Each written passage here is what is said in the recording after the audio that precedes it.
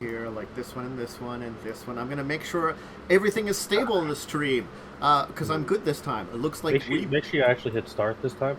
it does say, according to OBS, unless it decides to change its mind halfway in here, that we are live and that both of us are making noise. All right, that's good. I see it on stream currently, so it is live.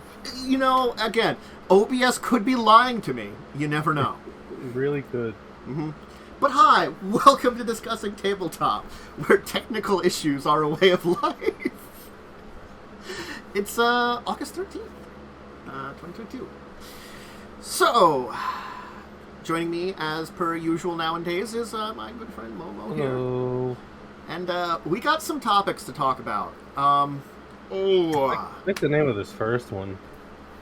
Look, I am of very heavy opinion, and I have always been. I'm going to start out with the preface here. I've always been a person that is more willing to flex for public safety. If someone says, like, this is a great idea, we should do this, I'm not against doing that if it helps the people out as a whole, even if it's a slight inconvenience. Now, granted, I will tell you, if it's a heavy inconvenience, then I will probably say something. I'm going to say an important thing now. So stop everything. A mask is a small inconvenience. It's a small inconvenience. If someone tells me I have to go to I have to wear a mask to go to a place, I'm okay with it. I'm not against it. It's like, whatever. It doesn't do anything to me. It doesn't hamper in my rights or anything like that. Anybody that says it is insane. It's just People something. who don't want to wear a mask because, I don't know, they give dumb reasons like, oh, I can't breathe in it, or my rights.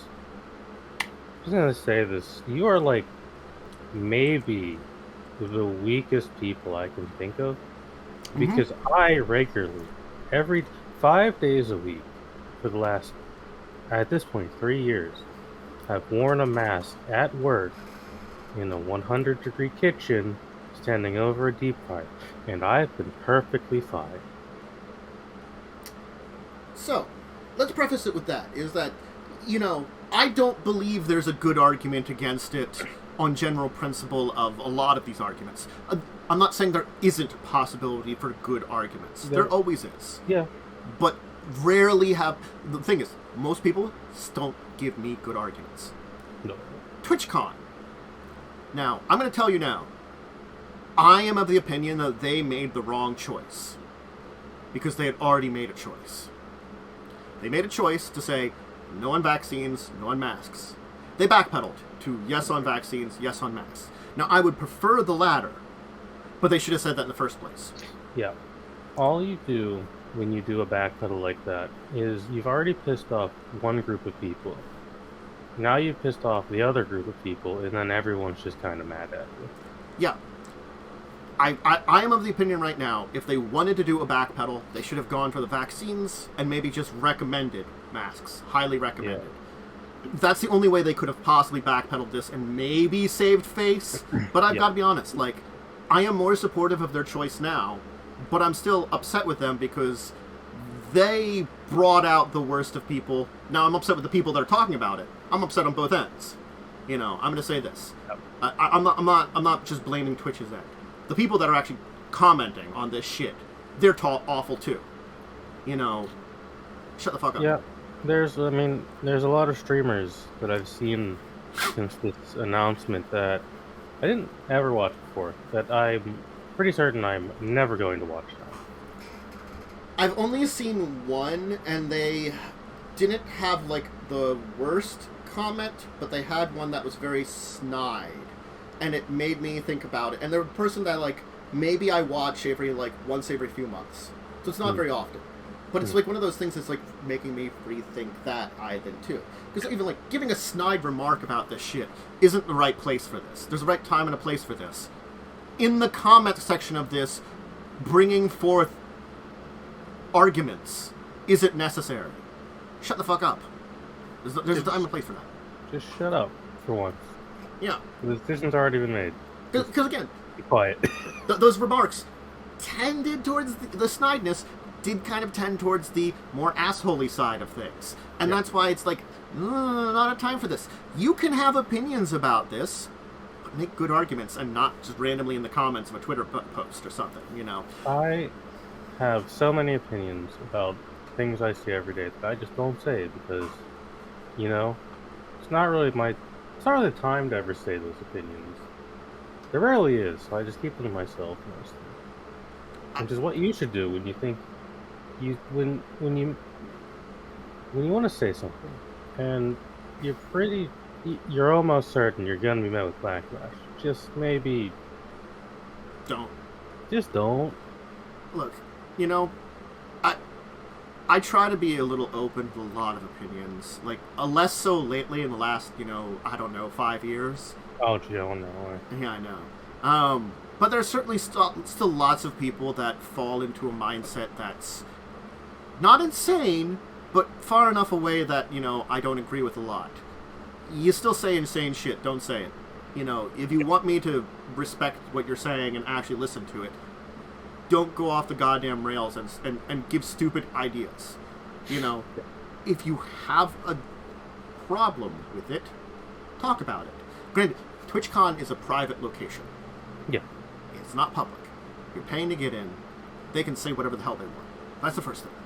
The way they handled it, I think that's a huge mistake. I support what they said now, again. But if you are up in arms about this, why? Why? What is... And I don't want less yelling or screaming. I would want a reasonable answer from someone. And I'm not going to get it. Because the fact is, it doesn't matter. It doesn't choke you. We talked about this already. Is it going against your rights? No. There's... it's a thing that I think someone said when we first had mask mandates. Mm-hmm. What about seatbelts? Do you yell and argue against seatbelts? They were being made law for safety reasons. Yeah. That's the only reason they exist. Because, hey, someone in the law was like, we should do this thing that will encourage people to do something to stay alive. That's what masks were. Encourage you to stay alive. And guess what? It didn't really work. Well, no. I mean, here's the thing. There's always going to be a subset of people who will disagree with anything that is for public safety. Because in the good old 80s, when seatbelt laws were becoming a thing, people were mad about it. I'm sure. I think it's a thing that it takes a long time for people to forget and to not get angry. And when we had the good old flu outbreak of 1918, people didn't want to wear masks then either and got mad about it. These people are always going to exist. And they just need to shush. I think the problem is now we have social media. And just say anything fucking what. I think it's the people were always mad about this. It's just that they were less able to get it to everybody else. So now, these people who are mad about it, who are probably a vocal minority, because most of us just don't fucking care and just do it. For me, it's I'm not, again, I wasn't going to get angry at Twitch for not having masks there. I'm not yes, I understand behind it. I'm a proponent towards it, but I'm not going to yell about it. I never was going to yell about it. I wasn't going to get up in arms about it. Either way was fine. If I decided to go and they didn't have the masks, I would have been prepared to get sick. Things like that. Granted, go to a con, you're preparing to get sick. But I was also going to say, honestly, the more safety things in place, the less likely you are to get sick, because it's not it's not a given thing. I've been to conventions and I have not gotten sick. I've been to conventions and I have gotten sick. You never know. It's a gamble. Like going out in public and being around people. It's a gamble. The more people you are, the bigger the gamble. So convention, it's a big gamble. It's still just random chance. You want to try to lower that chance. No one wants crud or flu. And guess what? Things like this help it. Anyway, I'm digressing a second for this entire rant here. Because I needed to get a little bit of off this chest here. I'm just tired of hearing from these people, is what my thing is. I don't want to hear it anymore. It's been going on for years now. years, and I'm tired of it. 3 years. I'm done with it. I don't want to hear it anymore. I want you all to shut up. You've said your piece. Great. It's not made a lick of difference. You can be angry all you want. Just be angry to yourself. I'm fine with that. First, wear a mask. If you're sick, definitely wear a mask. Or go... And like... Just don't go to the convention. I'm going to say this thing here. The testing/vaccination thing, I really support that. That's an idea of like, you're not sick and going to one of these things to spread it specifically. Because people are idiots and will be sick. I know someone who I am indirectly related to that has done stuff like this. I have someone in my family who had married into my family who decided, because they wanted to come back from a vacation early, to not inform a plane that they had COVID. Oh, God. Ugh. A plane. So they just flew back. Didn't say anything about it. And that's why I cannot tolerate this anymore. Yeah. People like that. It pissed me off a lot. Anyway, that's my rant. High lightning. You came in for the I'm angry at people rant. Have this guy. This right here. Wait, I got a good one. I got this one for hanging out in a stream for a little bit because I've been lucky. Tiny cute dogs. Oh, nice. Yeah, those were adorable, and I'm like, oh god, that's adorable. Anyway.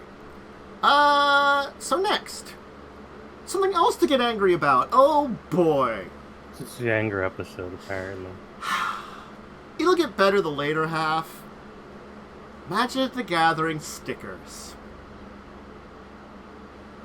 So, if anybody has missed it, Magic has made a fundamental change in the way they do certain things.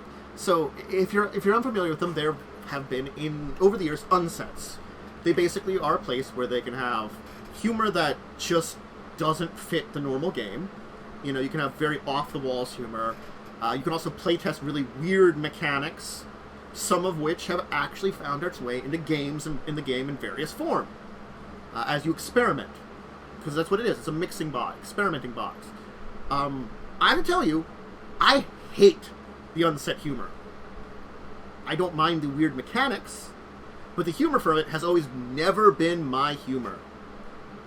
You know, sort of like, I'll give you an example of a card. Alexander Clamilton. I remember that one because it was like weird. And I'm like, what? Yeah. Why is it Alexander Hamilton who's a clown? I don't understand this. Yeah, they've always been, for me, I don't really like them that much. I mean, my own experience is unhinged and unglued. Yeah.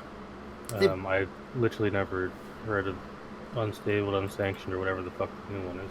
They're the new ones. They brought them back a couple of years, and I have them up of like a couple of years in between now, I think, you know, so they've had a couple more. And again, I like the idea of them being a testing ground for new and unusual abilities, because you can, like, does this thing kind of work? And, oh yeah, it does. Let's see if we can make a version of it that works in the normal game. That's fine. But now, these have always been silver bordered, to mark them as different and more experimental and terrible humor. They're not anymore. Of course. They're black bordered. And now, the little, if you ever look at a Magic card, there's a little, like, on the bottom, there's like sometimes there's a little, like, silver mark on some of the cards. Yeah, I mean, I can look. Yeah, here, I found one that has it. Get up and grab a Magic card. Gideon's Battle Cry. Has this little silver mark down at the bottom. It's blurry, but you can kind of see it here on my camera. They're replacing that. Okay, there will be either this mark on a card or a different mark in its same exact place. And that's how you can tell if that card is Torment legal in every format. Yep. Yeah, so I went to grab, a little fun aside, went to grab my Magic cards and just pick one out. I picked 4 cards out, and all of them were lands, which don't have that marking, so I gave up. This was a pile of cards I think I had to sort through to put in decks or something at some point in time, and I just had them here. But no, yeah. So yeah, it's got a slightly different marking in the exact same place if it's not tournament legal in every format. But here's the thing is, it doesn't matter if you split the cards. What about the goddamn, humor and weird abilities and stuff like that? The thing is, they've confirmed they're having stickers in this. Gross. Now, the thing about the stickers is you don't actually have to use the stickers. You can use stuff to represent them. That's the way it's always been with, little tokens and stuff. They've had sets where they've had actual tokens you can, pop out of, a extra card or something and use them, which has been weird. And I don't think anybody ever uses those. They always just use dice or something else to represent stuff. Yeah, if I have... Because, so when I played,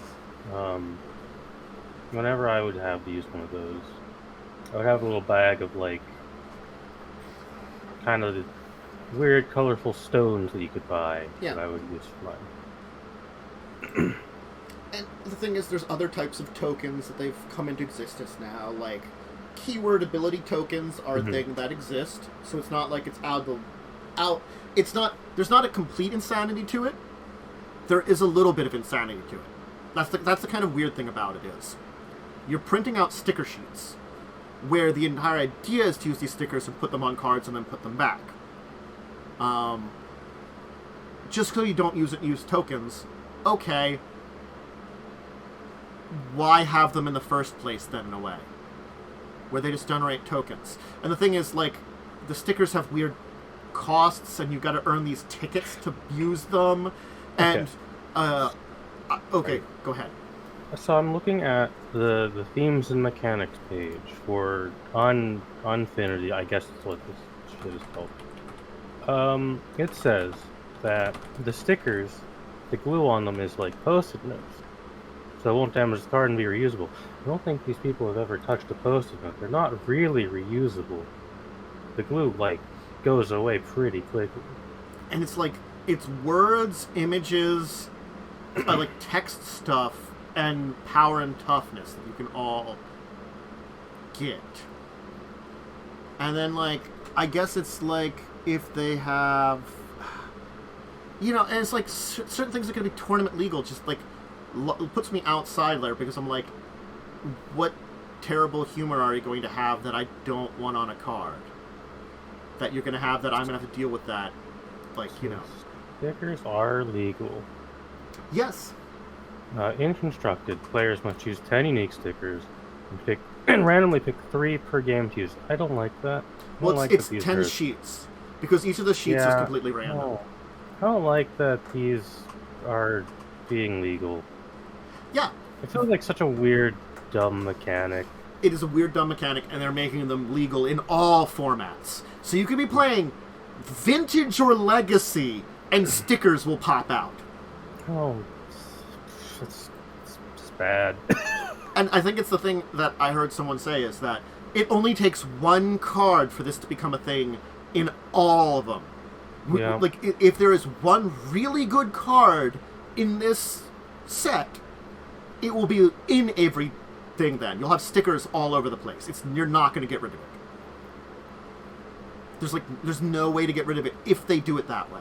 Because the thing is, if none of the cards are good that generate stickers or tickets or anything, then we're probably not going to really see them outside of here. But we don't know that. It just takes one good combo. One single one.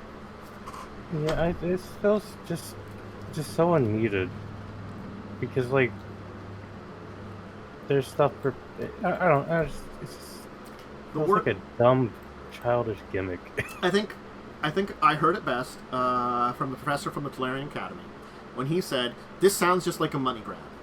Because this was already going to sell a lot, but now because it could be legal in all formats, it's going to sell even more? Because you don't want to sell all of the cards, you want to sell all of the cards. Yeah. I'm I wasn't going to buy this. I do not buy silver bordered unless it's something very easy to get. I got one of the things, but it was you buy a box and it's got the entire set in it, kind of thing, one kind of special box. That was a little pre-made weird deck thing. I think it was Just I can't read what it is right now. They're just glorified counters. They are glorified counters. That's all it is. Yeah. I think... Just use a dice, man. Use a D6. It's like...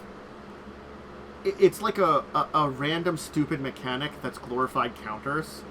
And it's just... They're printed out on stickers. And there's a lot of things about it that are like...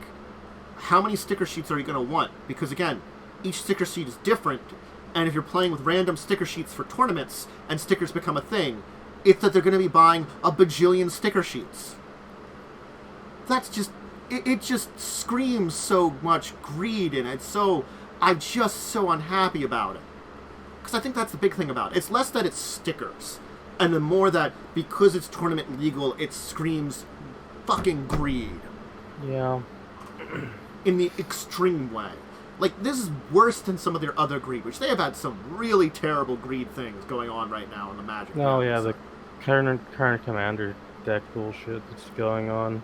And the collectors, boosters stuff. Yeah. Double Masters, which was just awful. Like, it was... Like, it had some decent cards, but again, like, it was made to be drafted, so there's a lot of draft chuff in it. And I've, like, heard from a lot of sources, a lot of boxes do not get your value worth of this Double Master set, the latest one. You're not going to get your values worth. Maybe you'll get lucky and get that really big chase card that's a few $100s. Guess what? There's, like, 2 of them in the entire thing. Other than that, you're probably not going to get your money back when you're buying a box of this shit. It's too expensive. It's too expensive for 2 rares! And they're not even that probably good rare. There's a lot of shit rares and shit mythics in that set, apparently. I was never going to buy it because of the price. I'm going to buy it even less because of that. I think where I'm at with Magic the Gathering currently is I don't really think I care enough to buy sets anymore unless it looks like... Unless mechanically it's interesting or it has weird ideas with it like Kamigawa and New Capenna did. Yeah. It's like the Dominaria one, been there, done that. I don't really care. If they show a lot of neat things, I might be interested in it. That's the best I can say. So far, they haven't wooed me over. More in this draw, I don't care. Yeah. Like, the Antiquities one sounds interesting because it's a dive back into the past. See, that's interesting. So it's sort of like, if you give it... But the thing is, I also, like, honestly am suspect of their storytelling and liking it less. Because they've proven in the past they're terrible at storytelling. And I'm honestly, like, this big, like, overall thing, I don't really want to hear it, you know? I gotta be honest. I don't like their big overarching blocks, and it sounds like they're just squeezing it in various places here. I'm just... fine with them visiting neat places. I like because I've read a few of the set stories in my day. I prefer the ones that just like are a little self-contained. Like Kamigawa, sure, it had a little bit of overarchingness to it, but it was mostly self-contained. Well, I like checked out a little bit of the Magic story that they started the Dominaria ones, and I'm like, okay, so Karn is immune to Phyrexianation because of the nature, because he was basically exposed to it for so long. Great! He's apparently suspecting everyone because they found out they can, you know, change a planeswalker now. So there's like this entire like paranoia coming from Karn. I'm like, great! This is just like, you know, everybody's just suspect and something shitty's going on, and I'm like, I don't like that type of storytelling. This is stupid. Like, can't we just adventure someplace? I already kind of disagree with them, story-wise, making it so planeswalkers can be Phyrexians. Mm-hmm. I don't like that. I didn't like it either. Kind of takes away some of the specialness of a planeswalker. I agree. I think that was like a really terrible story choice, but they keep making them like that. I mean, the last story I really... Like, they're not going to have as good a story as they did when they did the War of the Spark. And I think they kind of need to realize that and maybe go to smaller stories instead of doing a big one. The thing is,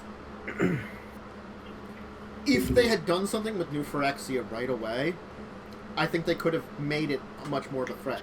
By sitting on it for so long, because it was basically in Scars of Mirrodin, and we didn't see it again. And I'm going to check. When did Scars of Mirrodin come out? I'm actually curious. Scars of Mirrodin. Okay. This came out in 2010. Over 10 years later, and we're finally getting something about that. They let it sit so long. Like, the fact is, they started establishing Nicol Bolas as a thing in Alara. Yeah. And they kept hinting at him in various places and his influence. You know, they kept doing stuff with him over the years. You know, he wasn't going away. So when it came to him being a big bad, it was easy to be like, oh yeah, we heard about Nicol Bolas doing this, this, this, and this. And instead of just like, well, they ate one plane and it was done. Yeah. Like, it's kind of a shame that if the Phyrexians are interesting, they just didn't use them enough for them to matter. I feel like it's been done before is the problem. It was done with the Apocalypse. For like those of us who know the old storyline, I'm like, you're just repeating it but trying to make it like multiverse. But wait, they were multiverse. They just had a boner for Dominaria. I think it could have been much more interesting if instead of them doing big Phyrexian invasion again, they just like changed them to be a little more chill. Mm-hmm. I think that would have been more interesting story. But I don't know. I don't write Magic the Gathering, so. Unfortunately, apparently they don't have very great writers for that. I know that they've had some good writers in the past because they do sometimes get authors to do stuff. I forget which one it was, but one of them was written by God, what the hell is his name? I'm blank. I don't remember the name either. The guy who currently writes Wheel of Time. Oh, yeah. He did one of the storylines. The Wheel of Time novel series is Robert Jordan.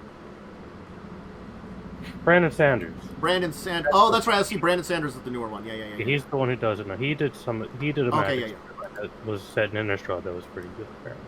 Well, that's the thing is, it's like their return to Innistrad was not an interesting story. No. You know, like even the second Innistrad story was a little interesting, but it didn't feel like the first one. Like the first one of like, you know, felt like very interesting. Like I feel like you can have a return to play story, just have it actually a decent story, and they don't seem to actually have an idea. They're just like, we want to go back there. Okay.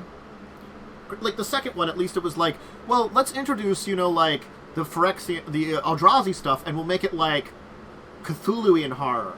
And I'm like, you know, that's interesting. Okay. I can see you going like in a horror realm, a little Cthulhu, but then they're like more werewolves and vampire wedding. And I'm like, those are just dumb. So he wrote Children of the Nameless storyline, which was like in 2018. That might have been during the Eldrazi block there. I think so. Well, we have one more Wizards-based announcement that we want to talk about. Oh, boy. Our next topic here. Wizards Presents. They're doing their own direct now. Alright. It's not even like the D&D direct or Magic direct. It's just we're just presenting stuff and talking about all of our stuff now. These don't really work out well for other companies. I'm just going to say that they sort of do, but no one really cares that much. I mean, like, if you're Nintendo, you can do one of these shits. You have Mario, Zelda, Metroid, and Pokemon. You're Nintendo. People love that shit. Imagine making Metroid games. Am I right? I'm hoping Metroid Prime will come out. And wasn't Dread not bad? I don't know. I heard Dread was alright.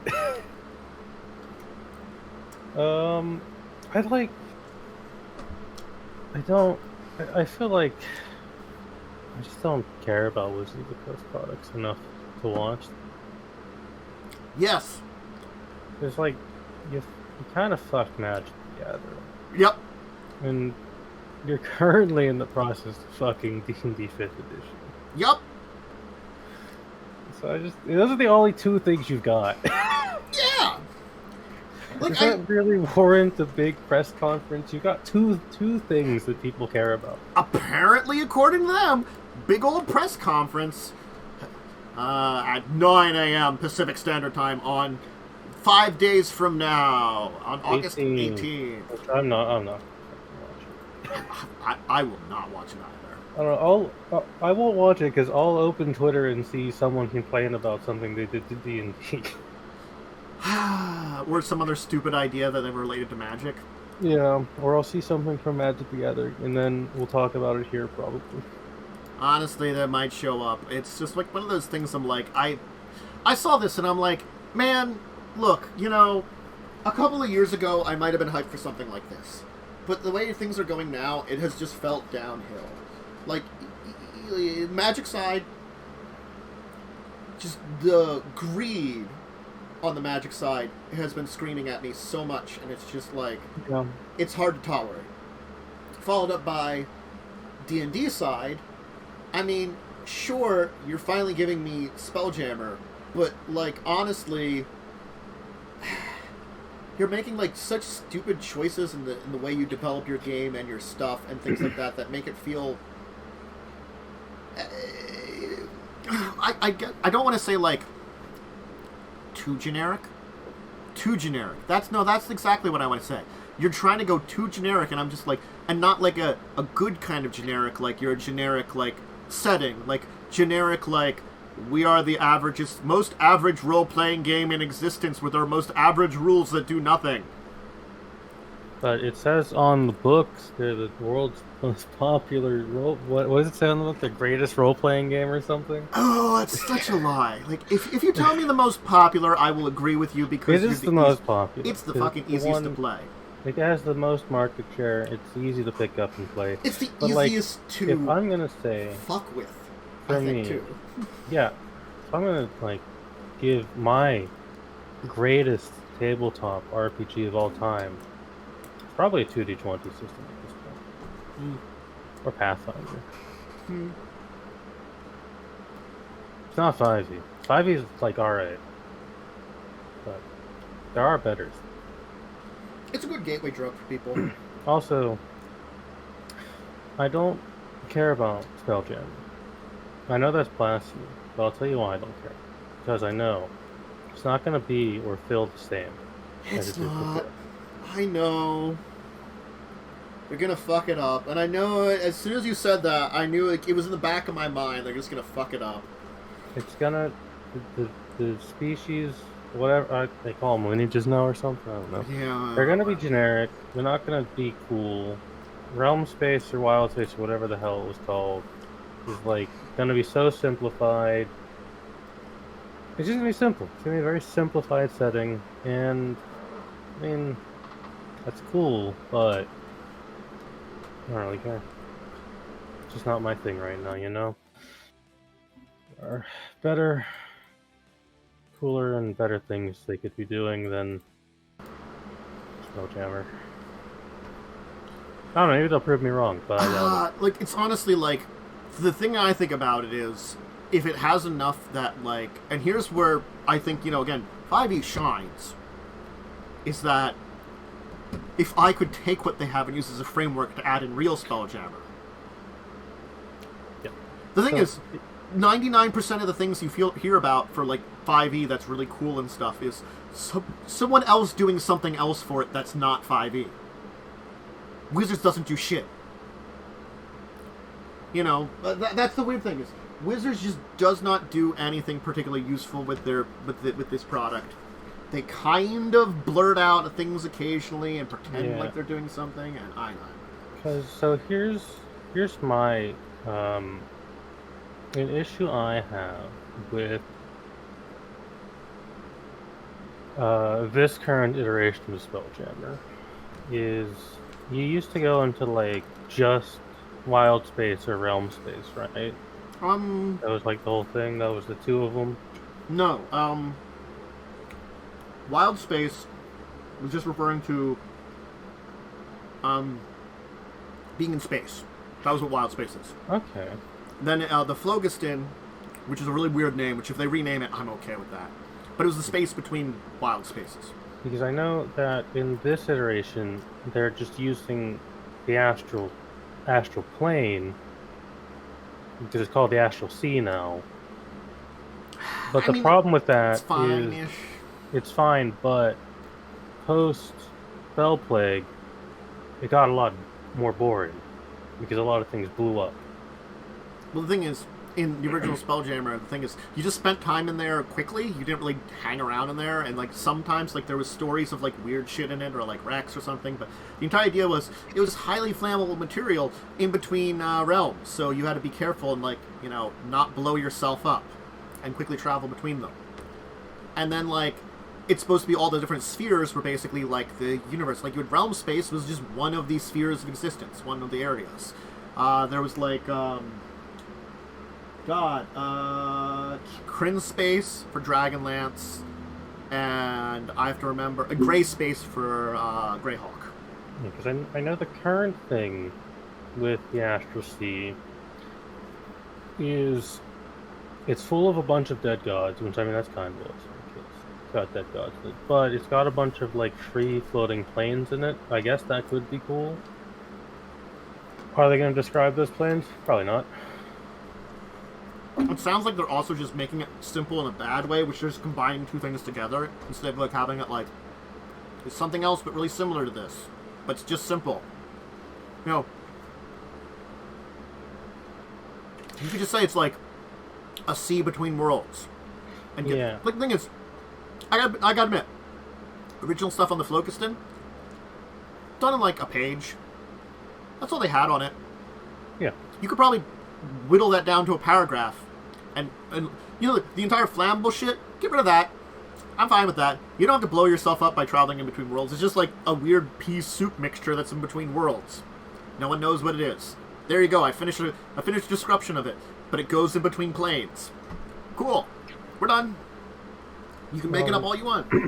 The other thing that bothers me about the current iteration of Spelljammer, this is super side tangenty. We weren't really supposed to be talking about Spelljammer, but it's fine. I feel like soon. it right now. It's coming out soon, so we'll have to talk about more.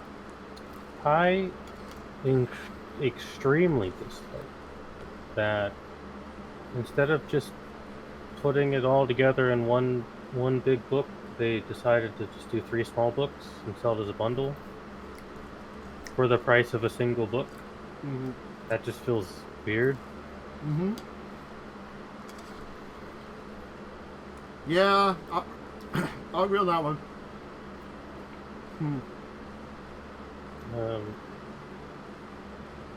It's just, it doesn't do it for me. I'm more interested in Dragonlance, but we're only getting an adventure for that.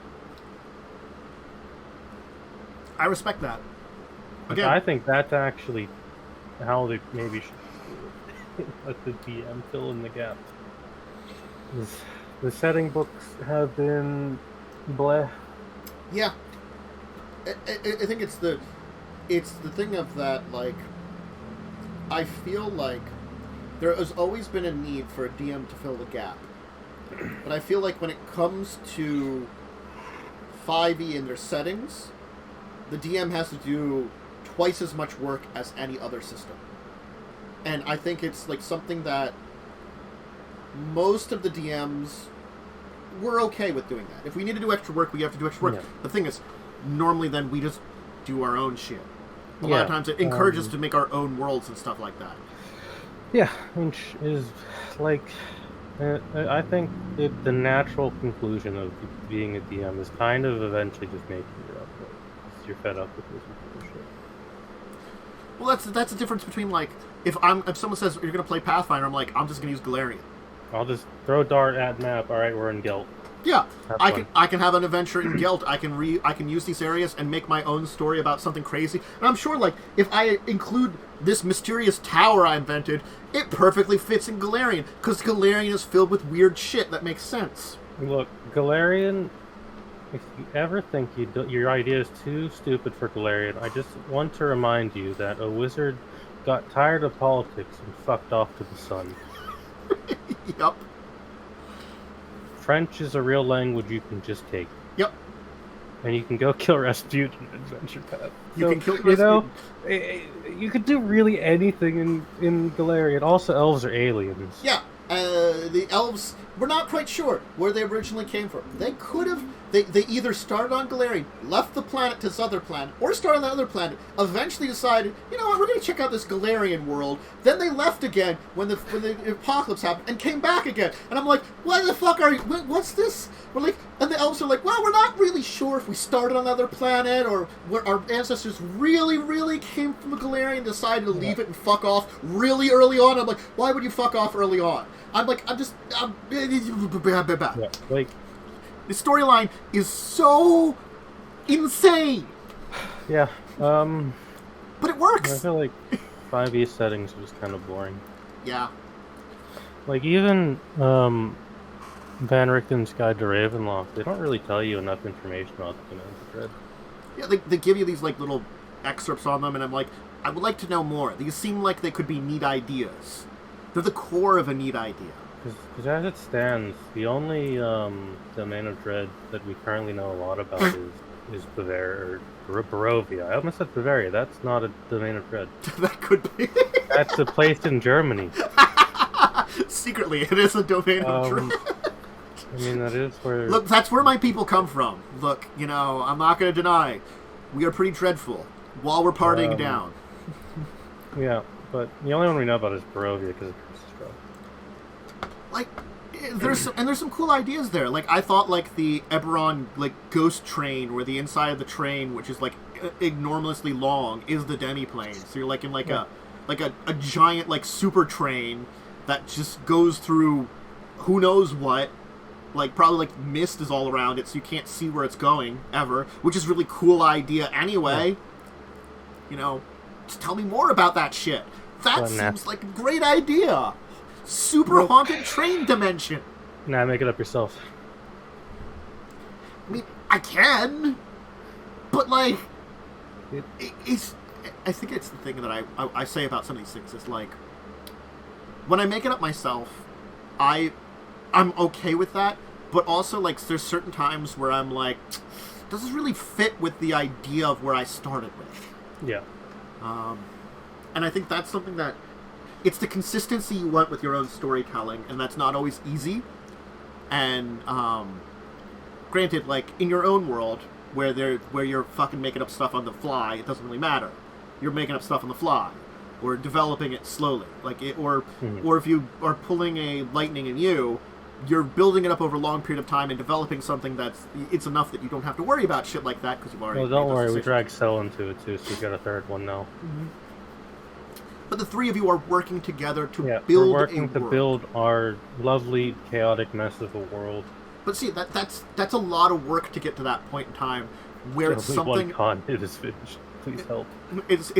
And now it's like sort of equivalent to like you have a world building like something like a Galarian or a Fey or a Tauren. Like, yeah. But when you're working off of like 3 sentences and you're like, whoa. And there's this. Well, it's sort of like when I was doing Records of Evil, and when you went to Os, and I'm like, what the fuck is an Os? I've got like 3 sentences on it. I'm like, kaiju and stupid dire platypi. Yeah, I mean, that's fair.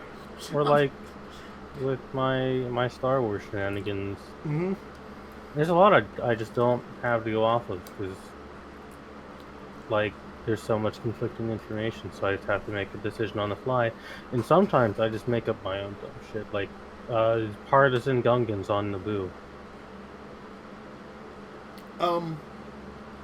Remembering that for a brief time, the Evankar Tower was covered in lava and magic. Yeah. I had to specifically add that in later on. I'm like, you wouldn't have noticed it because they did a really good job of cleaning up the area and burying everything out. It was in the nearby regions that you could have probably found evidence of that. You weren't around it. It was covered in lava for a while, buried. It's stuff like that sometimes if you like miss this information, you're like, this information is technically canon, and like if you're using canon, people should care. You know. That mountain was always there. Don't ask questions. The volcano was relatively nearby. It was a few miles away. That's enough for a distance for a lava flow to get to. Yeah, lava goes pretty far. Especially like when someone like when I think it was like dwarven wizards or something did like super magic to cause it to erupt to cover it. That'll do it. Anyway, enough digress into the madness big of rants about D&D. A big rant I needed. Fucking I had that one bundled up for a little bit. Here's something really neat. I'm going to pop it in here. Dimensions, a pop-up mystery manor. It's like one of those escape rooms in a box, except you build it as a 3D little mansion. Ooh, that's cool. Yeah, I thought this was neat. It's pretty fun. Mm-hmm. Yeah. It's a pop-up book, basically, except it turns into a mansion to play a game with. Look, I'm gonna say, it's so gimmicky, but I'm okay with it, Yeah, it's like pretty cool, Yeah. It's like super funded too. Everybody likes the gimmick. And this certainly had its gimmick. 25 days to go, super, super funded. Let's see here. $63 will get you a fully assembled experience, all the stretch goals, the campaign audio puzzles, and what they call a regifting kit. I don't know what that is. Oh, probably something that you can if you finish it up and don't feel like ever doing it again, to give it to someone else. You can gift it to someone else. Yeah. I gotta be honest, I have a terrible memory. If I do one of these every couple years, I'm not gonna remember it. Yeah. Someone I did the first time stories 3 times. I remember there's a chimera somewhere, and that's about it. You're supposed to do something, I think, with a plunger, maybe? I don't know. If I did any of the other time stories, I don't remember the fuck what happened in those. I could do those again, and those are very one-and-done experiences. I did those on Sundays at Tabletop when I was doing that. I think we didn't finish them all. They didn't have them all in Tabletop Sim. Oof. Maybe now I could run through those experiences. Those were weird, but fun. But yeah, so, for a pop-up thing like this, it doesn't sound terrible. That's the thing is, I think it's the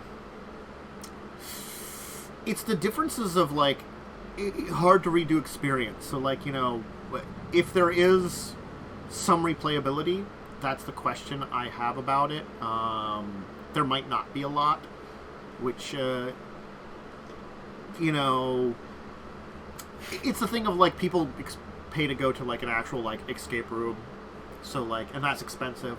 So I'm not 100% against having a interesting escape room experience at home that's like this. That's a little bit more expensive than your average board game anyway, that you might not be able to play very often. So that's what I'm gonna say about it. Fits in that kind of interesting niche. So the Dimensions pop-up mystery manor up on Kickstarter. Did you have a Kickstarter, or did you find anything then? Yeah, I've got Kickstarter. I linked it in chat. Oh, here, somewhere. Let me open it. Yeah, open it. It is Tales from Suna. It is I believe this is an adventure based on a setting that already has a book. But it is a setting based on pre-colonial Philippines, which is a culture and mythology a lot of people do not know about. It adds in several new race options, and classes, subclasses, and a pretty interesting looking world, judging by the art and the what is written here in this lovely Kickstarter. Yeah, I'll just put this.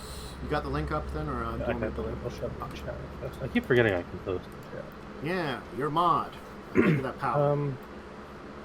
But it adds in. You got shark race. You got it adds in I think a shark race and some other ones.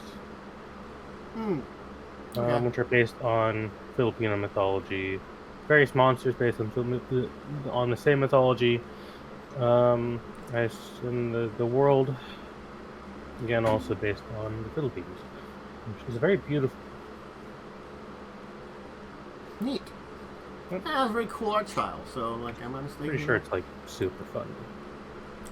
It's fairly well funded. It's at nearly 600%, so pretty good there. Cool. Honestly, again, I like more. It's that thing that like even D&D is very very traditional European, like generic European style, like mythology a lot of times. So having a little bit more expanded versions of things is good. Yep. Neat. All right, then I've got for next topic just a follow-up to something, because I think we talked about this before. The Blade Runner RPG is having late pledges. So, effectively, some of you might not be sure, late pledge is basically if you missed a Kickstarter and you still want to get something that's a little bit better than just the full release. I like when they do this. This is sort of like, well, you missed the Kickstarter, so you're not getting the full amount of stuff, but if you want to have this, like, really good... It's like, it's a, what's the word I'm looking for? I should know this word. Pre-order. It's a good pre-order boom. It's a pre-order deal. The thing... I do like these, again, about the thing about these things. It's sort of like, same with Kickstarter. Kickstarter is like a form of pre-ordering, but you should see enough on it to make you know if it's a good thing to pre-order, basically. Yeah. It's sort of like it's a difference between pre-ordering a video game and pre-order a video game. You have some like cutscenes they show you, maybe. That's about it. And some words they say. This they show you a lot more for a lot of things, like Kickstarters and stuff like that. That's why usually I'm like, be smart about it. Like, again, like, it's the same for video games. If they show you enough that's worth for a pre-order, then maybe you're okay. I'm not against you doing it. But they have to show you enough. These things, they tend to be a little better at showing you off stuff, you know. You might even find, like, videos of people, like, test playing it or stuff like that. But anyway, they have this available. A bunch of, like, still set rewards they have left over. So you can still get the digital stretch goals. It's probably not as cheap as it was in the Kickstarter. I don't know. It may or may not be. But just, I mean, honestly, opening it up for more people, you know. Yeah. Not everyone knew about this when the Kickstarter was happening. Gives people a chance to get cool little rewards. Yeah. And again, it's like things like the digital-only rewards. They're like, that's a very easy thing to do. It's a bunch of PDFs we have. So we can, like, offer those as part of the bundle. Be like, hey, yeah, you know, pay for this. You'll get the digital things, too, just like other people. Congratulations. Yep. So yeah, very good on that one. Harkening back to the topic we had a little bit earlier when we were talking about some things. This actually goes to it.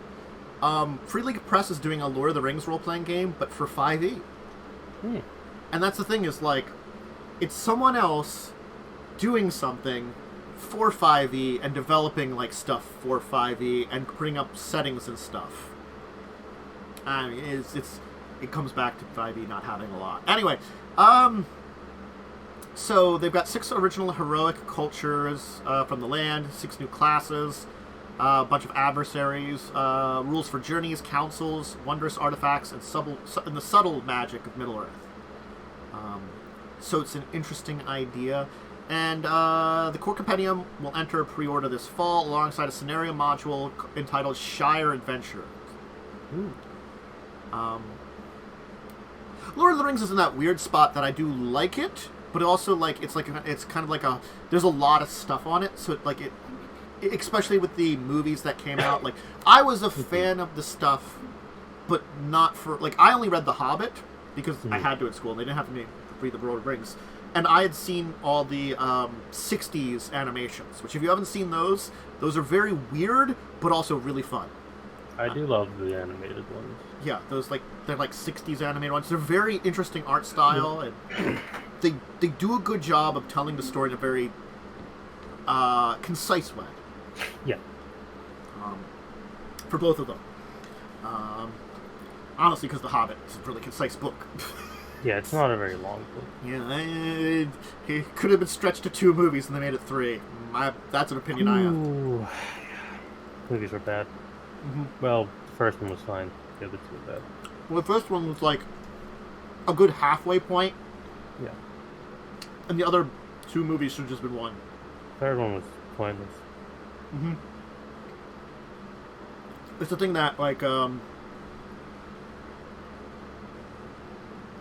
good friend Bilbo was unconscious during the Battle of the Five. Yes, we don't need to see the battle. He never saw it. The book is from Bilbo's perspective. I mean, like... And I'm just gonna say it, I'm pretty sure that the orcs did not have big sandworms. No, that was invented.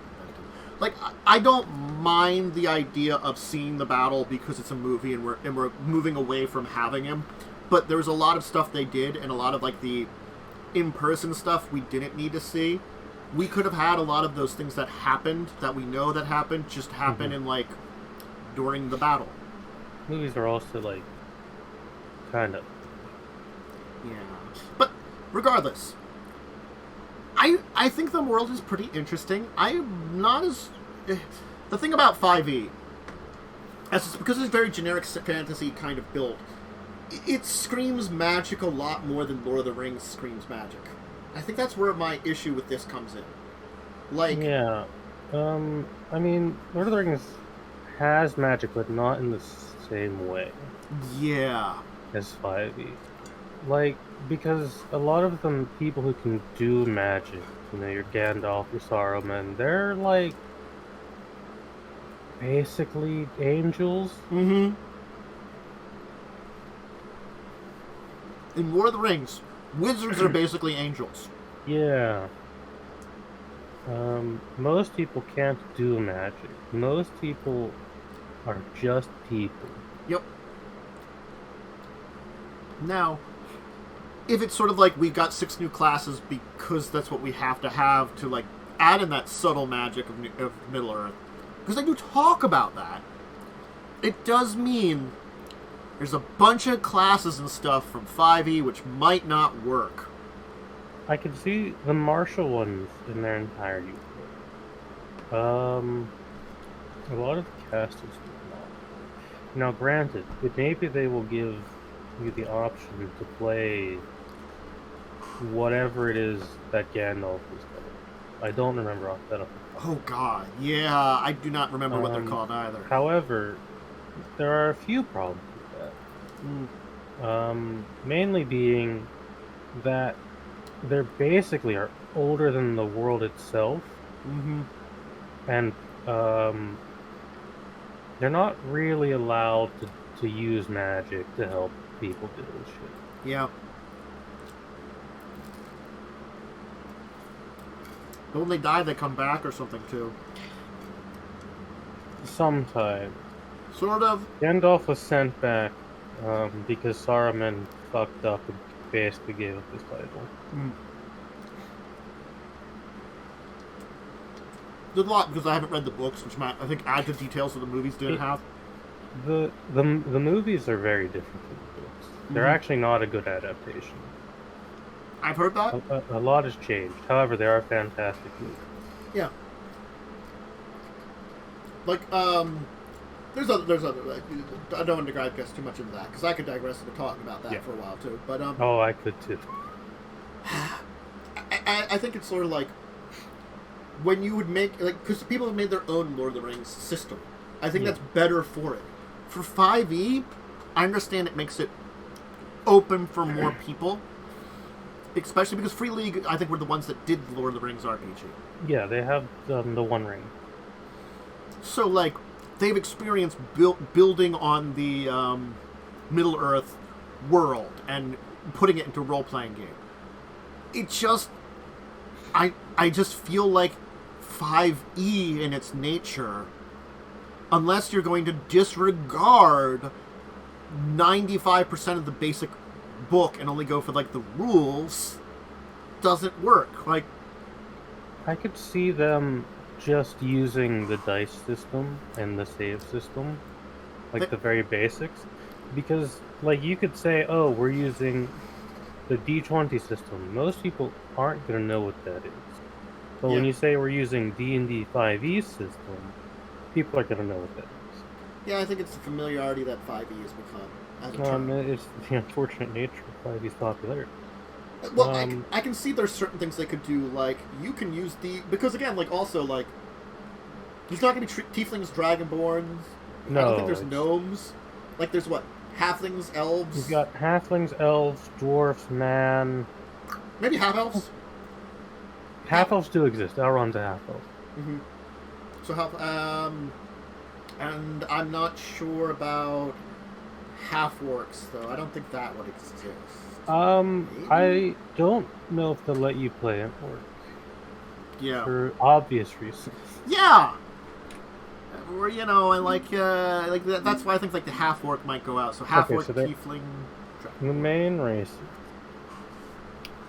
Elves, man, dwarf, hobbit, and orc troll. Those are the main ones. Mm. Goblins technically exist. They're orcs. Mm. Orc and goblin are interchangeable. That's something that was kind of lost in translation in the movie. Mm-hmm. And basically, like... I mean, dragons also exist. You're not going to put a goddamn dragon. Dragons are crazy. Just a little bit. So yeah. And then, like, I'm curious, like, if they do that, if they're basically like, this is a list of the stuff from the core book, which is usable, everything else is not really apt for your game, but maybe if they give, like, some suggestions if you want to reuse them in certain ways, you know, that might be interesting. And like, explaining some of this stuff, I think that would be fine.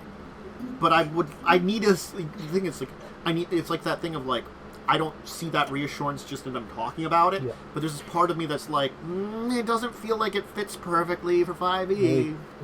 I see something, like right now, when I see this, they're making Lord of the Rings for 5e, I am reminded of Dark Souls RPG for 5e, which was a mess, and so bad that they pulled it from sale to rewrite it almost immediately. So, yeah, you can maybe understand why I personally am a little iffy on this. I would need to see it first. Yeah. Before I buy it. I agree. Because just showing me art and pictures from the books doesn't tell me anything about how it's laid out mechanically. You have to think about it. First quarter 2023 is actually pretty close. We are in the third quarter of 2022. That is not far away, and we don't have a lot of information about it. Like I'm sure we will get a more in-depth explanation. This is just an announcement. Mm-hmm. Give me like a 5-page free prayers guide.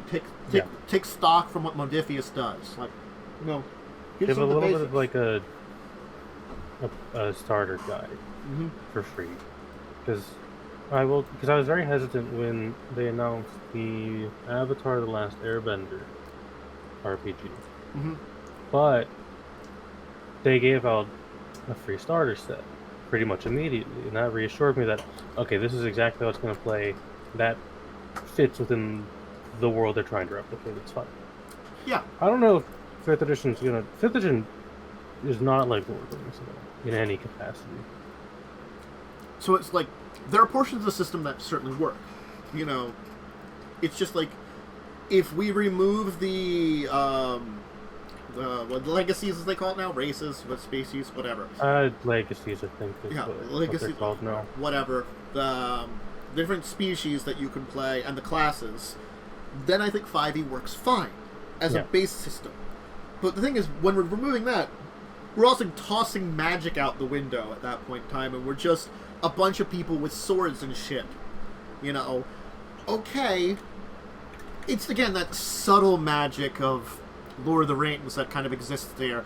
I don't know how they're going to replicate it very easily. They say they will, but it's difficult because, I mean, man in Lord of the Rings wasn't really capable of magic. Yeah. Hobbits weren't really capable of anything. They were small and occasionally made good rogues. We're good at farming, and being xenophobic. I mean, again, that was it. Yeah, and I mean, they had their exceptions. They had like some that are good at being burglars. And Bilbo, and you had Frodo, Sam, and Merry and Pippin, and you had Bilbo's ancestor who basically won a war against trolls. And invented golf. But it's like he's the exception to the rule, like the halfling war leader.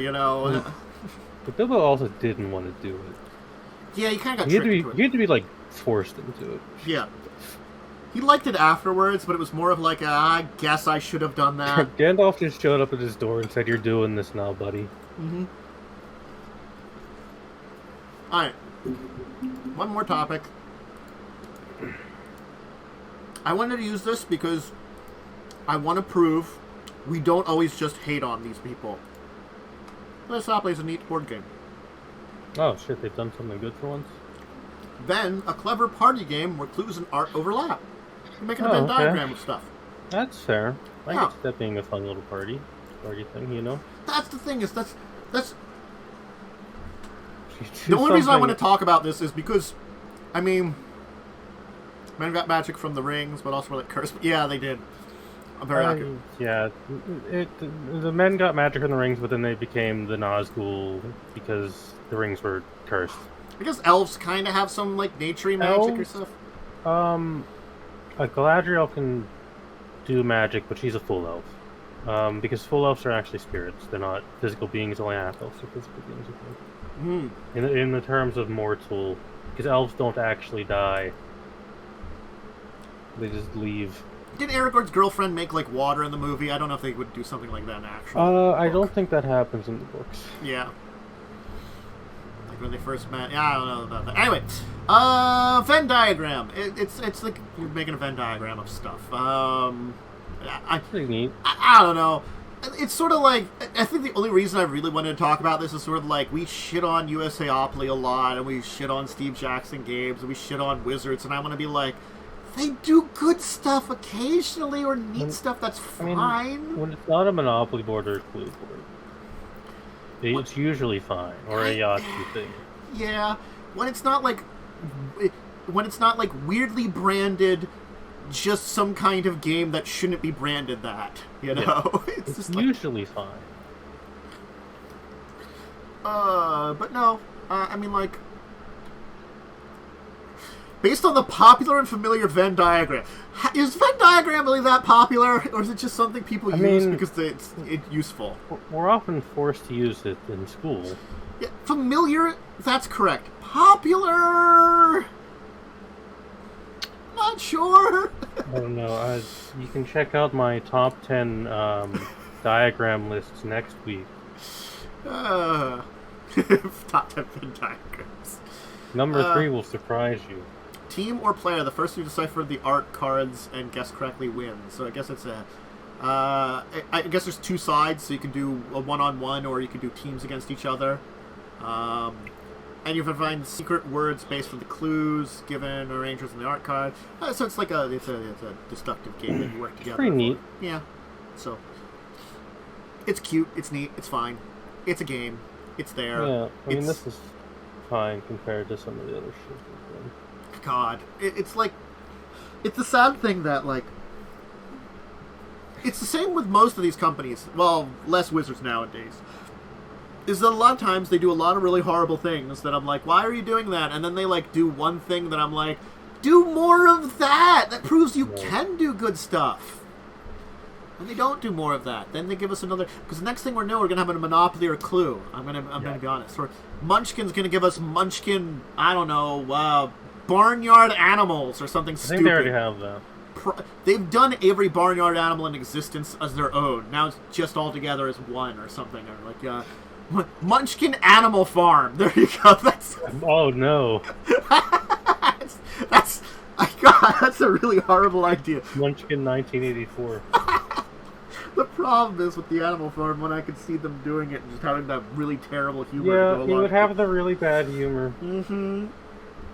Goes to a glue factory. It's a curse. God. Oh, God. I don't look. You know that book it's a very dark and terrible book. That some Munchkins are more evil than others. Yes, I know. It would not be a good Munchkin. It could be one, but it's not going to be a good one. Anyway, so Venn diagram. It was neat. I saw it. It was like, hey, US Oblate did something neat, and it looks like a little fun party game. We don't talk about that many party games. Don't have many options. No, I like party games. God, I could use a game of like Cranium or Hoopla. Those are some classic ones, or even fucking Trivial Pursuit. I do. I'm really bad at trivia. I'm terrible at most of it. I will agree. I'm bad at Trivial Pursuit because only like 3 out of all those topics I actually know. You know, anytime I do Trivia Murder Party with friends, I usually lose like immediately. Mm-hmm. I liked which is still around at like restaurants and bars occasionally. Buzz Time, which is an online network, which you can do on your phone now randomly, which I never knew if I wanted to do. But I like going with people. But I like that type of trivia because there was a couple of days that had very specific types of trivia, which were the trivias I liked and were good at.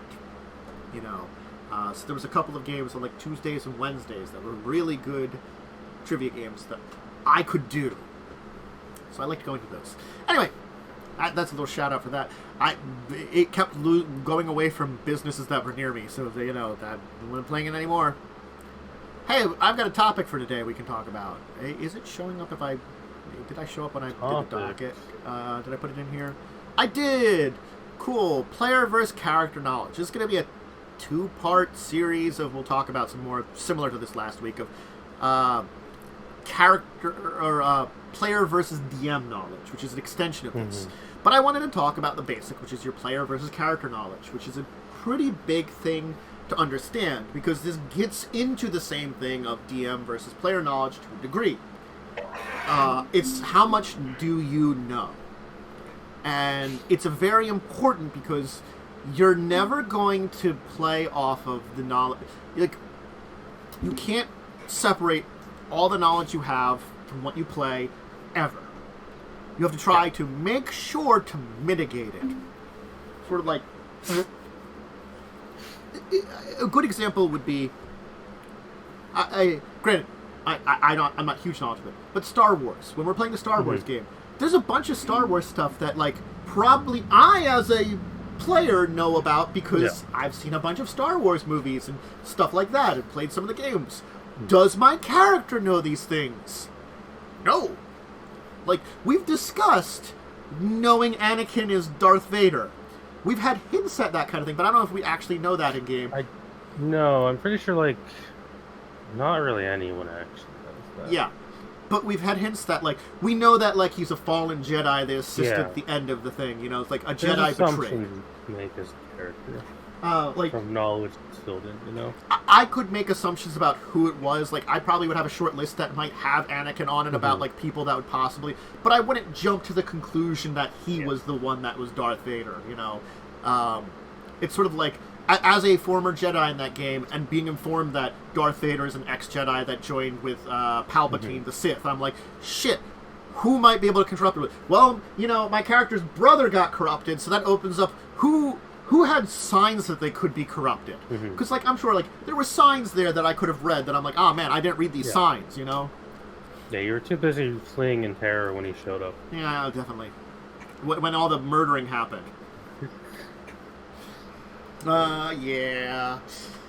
Character, but there's, like, even in D&D, like, you have knowledge of monsters and stuff. Like, I gotta be honest, not everybody knows fight a troll with acid and fire. Like, I, as a DM, and someone who's also played D&D for, like, 20 years, I know what most of the common monsters just do by now. But the thing is, like, what would your character know? Oh, my character usually does jack shit, and I'm pretty good at ignoring what I know as a character, because, and I have a very good example of this, I've gotten myself killed because I chose to ignore the knowledge that when you hit a black pudding with a slashing weapon, it becomes 2 black puddings. I chose to ignore that, because my player wouldn't fucking know that, or my little character. Yeah. And then she died because of that. And then it led to a lot of weird shenanigans with fucking reincarnating. It's like But yeah, you gotta know when to ignore stuff, even if it's to your detriment. yeah, because even those that don't play GMs as players, we experience a lot over games and learn different things. Like Yeah. maybe I learned about the city that is being reused, whether you're at Faerun or a custom world by someone. You could be revisiting a city or someplace, you know, in a different adventure. Your new character might not know anything about it. Yeah, like in the one game Lightning ran, they all run in the same world pretty much. Mm-hmm. There have been 2 games set in the Kitsune lands that had pretty major stuff happen there. In the 3rd game set around that area, granted it was more global because we never actually really went there, I as a player knew all about the weird dragon shit and lich stall and undead problems. Mm-hmm. My character didn't. The character lived in a shrine for like 100 years and then left the continent. I think it's also like there's also levels of like common knowledge you'd say. Like if I'm your average person in, let's say, Galarian, I might not have never seen an undead. I certainly probably heard stories about skeletons and zombies, so if, like, I see something, I'm like, it's a skeleton! Now, it could be some other kind of undead, but I, like, you know, like, my grandpappy told me about, like, the bones of the dead rising, you know? So that definitely also depends where you are set, because if you're in a place with a lot of undead, you're gonna know what an undead is. If you're in Ustalav... you know what zombies and skeletons are. Oh, if you're in They're Ustalav, everywhere. you probably know what, like, anything under 5 CR undead is. You know, you're like, know, God, it's a shadow. We're fucked. Run away. Yeah. You probably know about all of these monsters. You don't know what they do, but you know what they are. Yeah. Like, and again, like, in just common knowledge, you know, because it's a thing, there could be definitely, like, you know, there's, like, you know, I would say a common person in Galarian would probably know skeletons and zombies, we talked about them, would know the metal-colored dragons are good, just like the normal colored dragons are bad. You know, that's like easy knowledge, you know. So if you see something that doesn't look like it's made of metal, it's bad, run away from it. If it's one, then maybe you can talk with it, or at least it will ignore you. Yeah. You know, that's kind of like, you know, and like, you know, maybe some, like, regional monsters. They probably know about those. Like, if owlbears show up randomly in your research, you're like, fuck, it's owlbears, you know? If they don't show up in your area, you're probably not going to know about them. Yeah.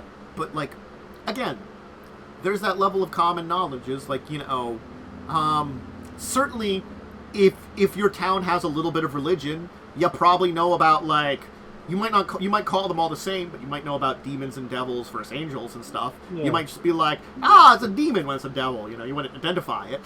But you'd yell, like, one of the, or the other, just guessing it. You know, if you would run into it by chance, you're probably not going to. As average Joe Schmo. Probably the owlbear's going to eat you, honestly. Yeah, the owlbear's going to probably kill you. Yeah, you're level 1 commoner, you know, it's like, you know, you're in Kingmaker, too, you're fucked. We're not sending super fey owlbears. We're just sending the CR3 owlbears. It's like, poor owlbear. It doesn't get to be like elite and murder everyone. Sending the mega owlbear. Omega owlbear.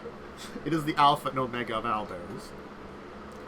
But the thing is, like, that's a good place to see where your character would know things, getting an idea of the world, certainly, and their upbringing.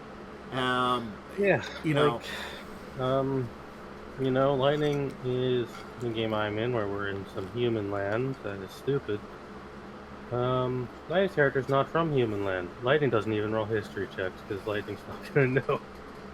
Lightning's character's not going to know human politics, because they're not from human land. Like, your character could have the opportunity to know about things, especially, like, if something big happened in the human lands that the world might have heard about, then they might know that. You know?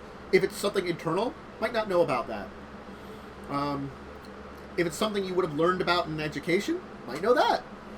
Yeah, like in Cyberpunk game. Yeah. Most people know magic existed once, then it went away, and then it came back. Yeah. Most people know that. They don't know how. But they know it's happened. It's sort of like, it's like one of those things that I always thought like I had a weird like high school education on everything. So it's sort of like I have a general idea of like some of these topics of like I kind of remember that, but it's sort of like, do I know the details? No, I have fucking high school education. Yeah. You know? Like, unless you're a historian, you're not going to know.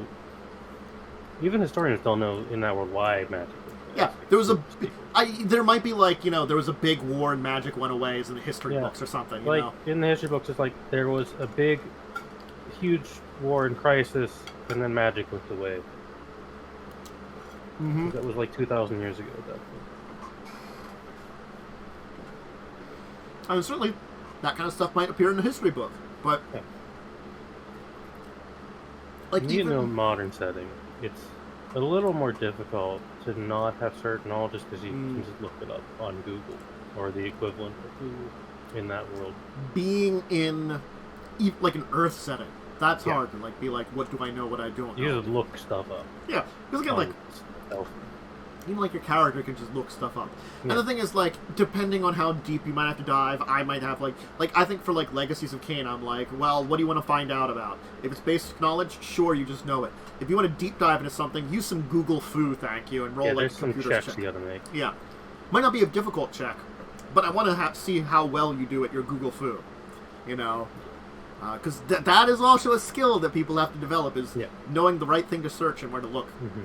But I think it's easier for those modern future settings to like excuse some of the weird knowledges. Definitely a type of player versus character knowledge is you as a player may know other things a different character learned, but your character was not present for it. Yes. This is an example that has come up in Star Wars a few times now. Y'all get weird visions sometimes. You don't know what the other ones were doing. I think another thing is remembering who's at a scene sometimes and who's not. Yeah, oh god. I'm like, there's two, no offense, Lightning, it's your character, but when you're not there participating in a scene sometimes, I'm like, what do I have to remember to tell you? That's me as a person having a problem where my character might. Yeah. That's the opposite, but it's still there, which can exist. It's sort of like, you as a player might not remember shit, or to say certain things that your character, maybe they would. Yeah. Like, that's also a problem, but yeah, there's, like with Wrath, I just assume I don't know anything most of the time, because they don't tell me shit. They cause a problem, and then they tell me to go talk to the person who's mad at them down. That's about what happens usually. It kind of has been lately.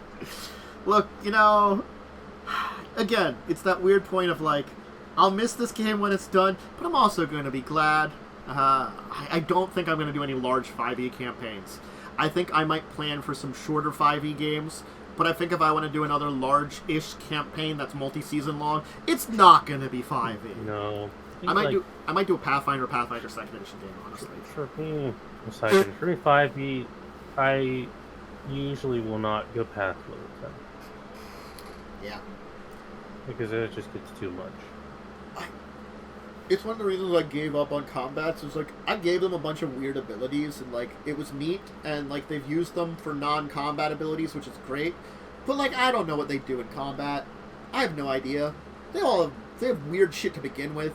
Like, one's a druid now, the other's like a weird rogue warlock, and an artificer that can do things, I don't know. He's certainly done things. I mean, that's beside the point. Certainly done things. I think also, one part about this, when it comes to the different knowledges, is like, it is an important thing to know about because it's less related to what my character knows about the world and more, hey, mechanics. Yeah. If you know something about the game mechanics and you play off of it, your character's probably not going to know about those mechanics. You're not going to know anything about that kind of shit. Like no character knows game mechanics. My example with the black pudding. Yeah. That's a rare monster, first off. Most people don't encounter this. Yep. Mechanically, sure, I could make a check to have determined, do I know X about this thing? You can do that, and the DM can tell you information on it, but never assume you know what a monster is. It's like Monsters is a place for it. Regional history, world history is a place that you have to be aware of. Mechanical interactions, like if you are a magic user and have certain magical abilities, there are certain things that work in certain ways that you might not have ever encountered. You might not know they work in that way. You know, you might not know if I do this with this spell, it'll have this effect. You know, in comparison to each other, or things like that, or just like, you know, certain skill uses that, like, if you gain them in the middle of the game, like I take a rank in a skill or I learn training in a skill or something like that, even no matter what a game is, and then you're like, well, can I do this thing with it? Well, can I? I don't know. I learned about that. You know, this, like, if it's an unusual or rarer thing to do with it, you know, you might not know a lot of this stuff. That how the game mechanics work around it. Because, again, like, there are times you can game the mechanics of the system. It's tempting to, because it helps your character. You might not know that. Yeah. And I think eventually when you play enough, you'll get good at knowing when you don't know anything. Well, I think it harkens back also to, we were talking about how in Skulls and Shackles, the adventure path, the 4 NPCs they give you are kind of terrible. Yeah.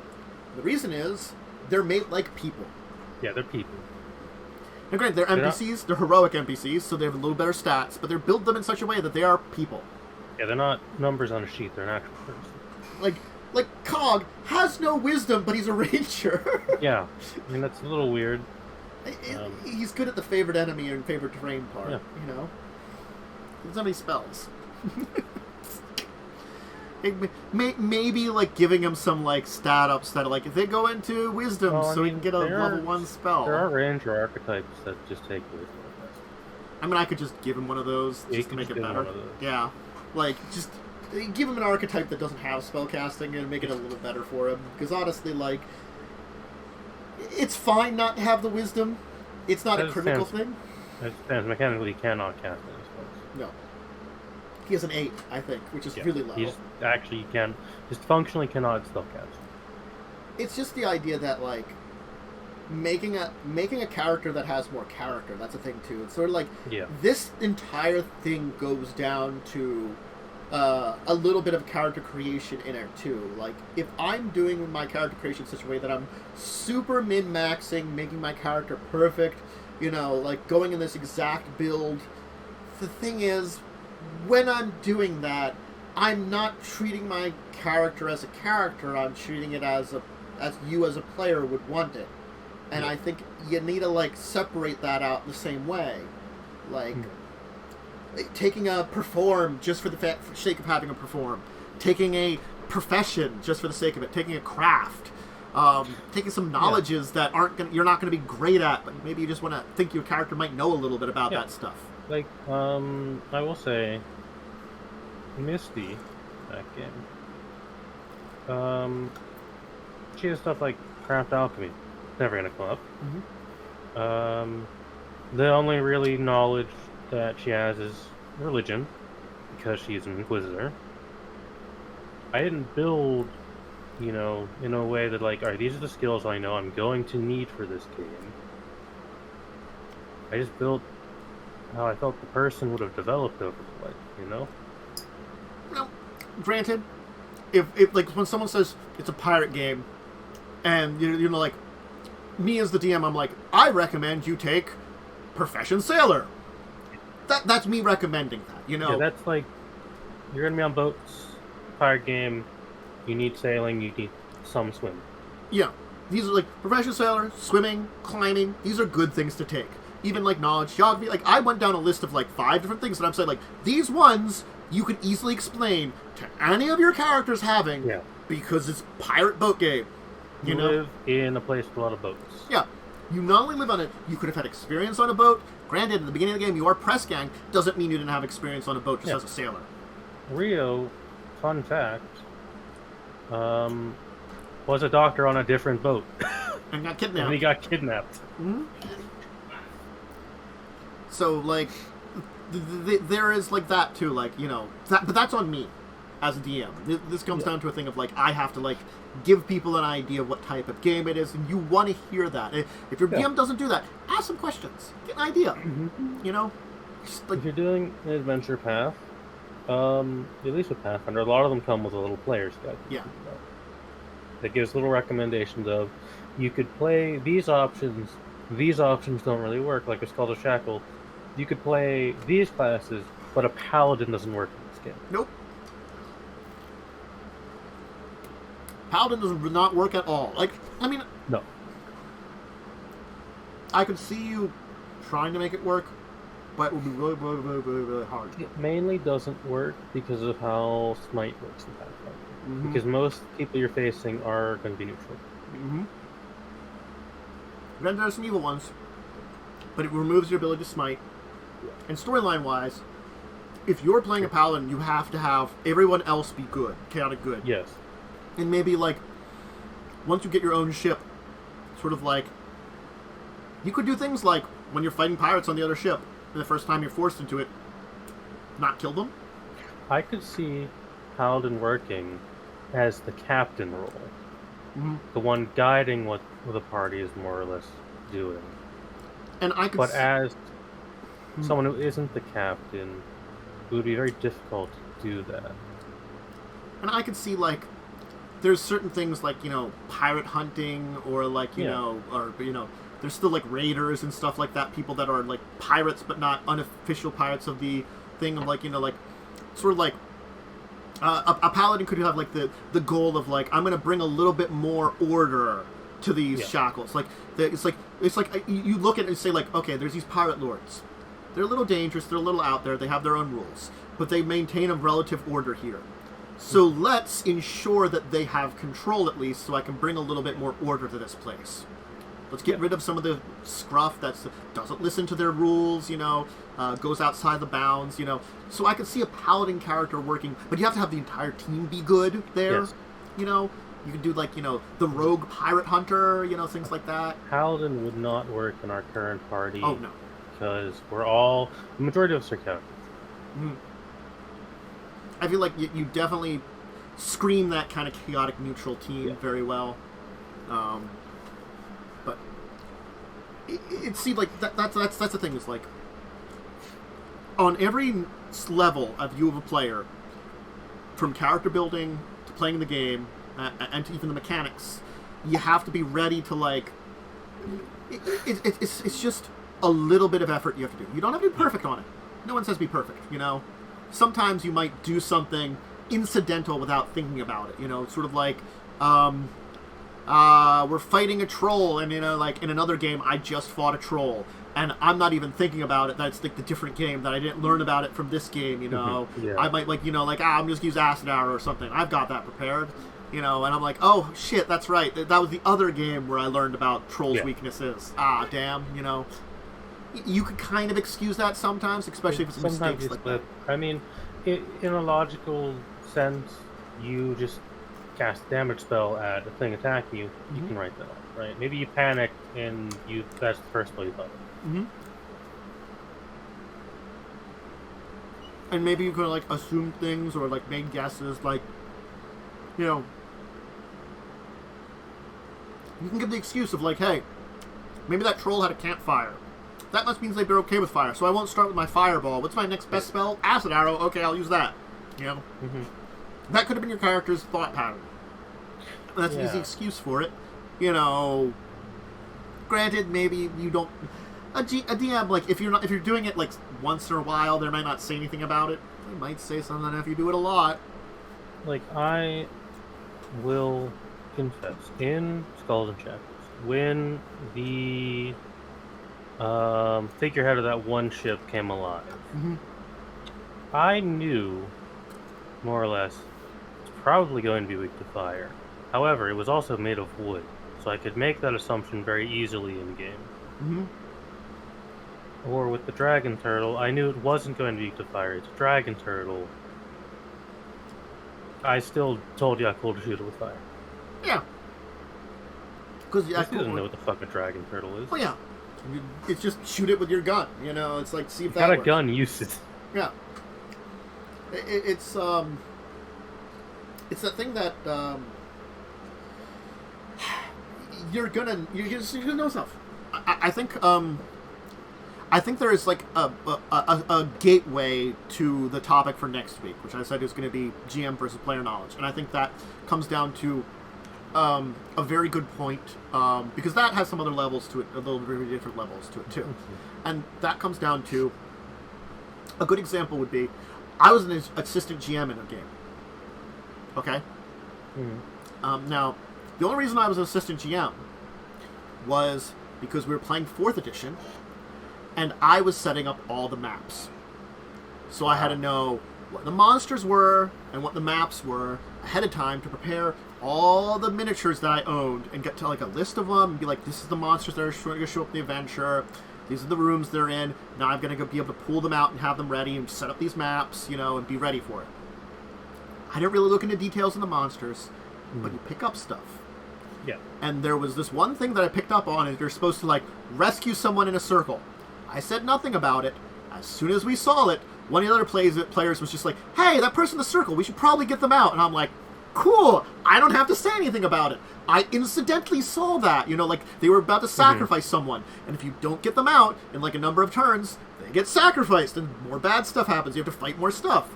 I wasn't going to say like, hey, we should get that guy right away. I didn't need to. I was like, sure, that sounds like a great idea. Yeah. There's an issue I often face, because, again, Lightning, I, and Cell, we all kind of run within the same setting. Yeah. I built that setting. There's a lot of stuff about that setting I know. There's a lot of stuff my character's never going to know about that setting. Mm-hmm. It's, tough. Yeah, it's hard. Especially like... I was gonna say, especially like, when you do DM sometimes, not that players sometimes don't read that stuff or look over that stuff, but you have a much more better opportunity to get into like the heavier mechanics side of things, a lot more of the monster side of things, you know, stuff like that, that you don't want influencing your character choices. But it could, you know, it's sort of like that. It's hard to keep everything out of your back of your mind, but you try your best to. Yeah. Yeah. This is why I exclusively play himbos, just so I don't have to know anything. I just come up with weird concepts and play them nowadays. Fucking Badger. I love Badger. He's so good. That Badger was like this weird thing that like I'm just randomly I was like, can I have a pet badger? And you're like, sure. And I'm like, how do I carry pet badger? I'm like, I'm gonna be bald, wear it on my head, and that's the only reason I started that. And then the entire storyline of Badger came out of that decision. Yep. It was sort of like, I gotta be honest, it's just like tools. It's like one idea spawned all the other stuff about it. Hi, Damien. Come here to say hi. Meow. Oh, Cat. Kitty says hi. It's a cat. She's a kitty. Yeah, I mean, I've certainly had that a bit sometimes. I don't think many of my characters are that unique. I don't really make weird characters that much anymore. I think it's sort of like I latch onto an idea and the character itself is not necessarily weird. I just latch onto an idea. Like I was like, I could play a POW in one of these guys here. They seem neat, you know, for the Star Wars. And I'm like, you know, what if I had this like weird Jedi storyline? So I want to be part Jedi or something. You know, that's where the idea came from of like, you know, looking into them as like a species and like, you know, the Grand Inquisitor being one. I'm like, hey, you know what? Yeah. Kind of neat idea for a storyline. It just became more of something. It happened. You know? I mean, I played a Luxodon who was an elephant who never forgot to kill. That was fun. Fair. because I was the Circle of Stars druid.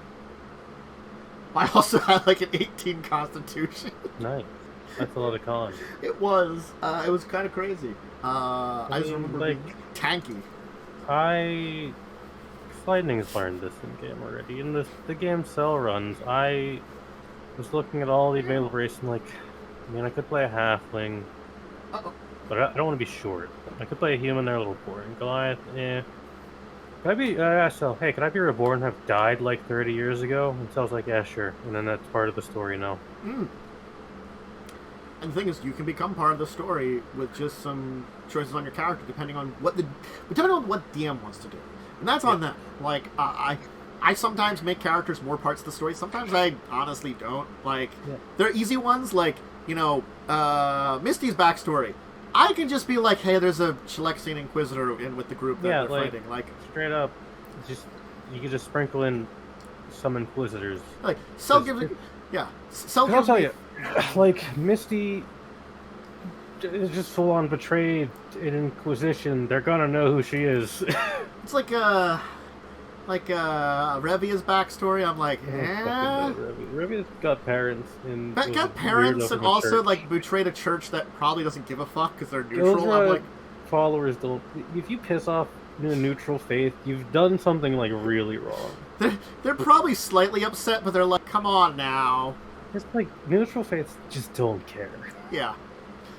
It's sort of like druids. It takes a lot to piss off a druid. Yeah. Because I'm going to admit, most of them are high.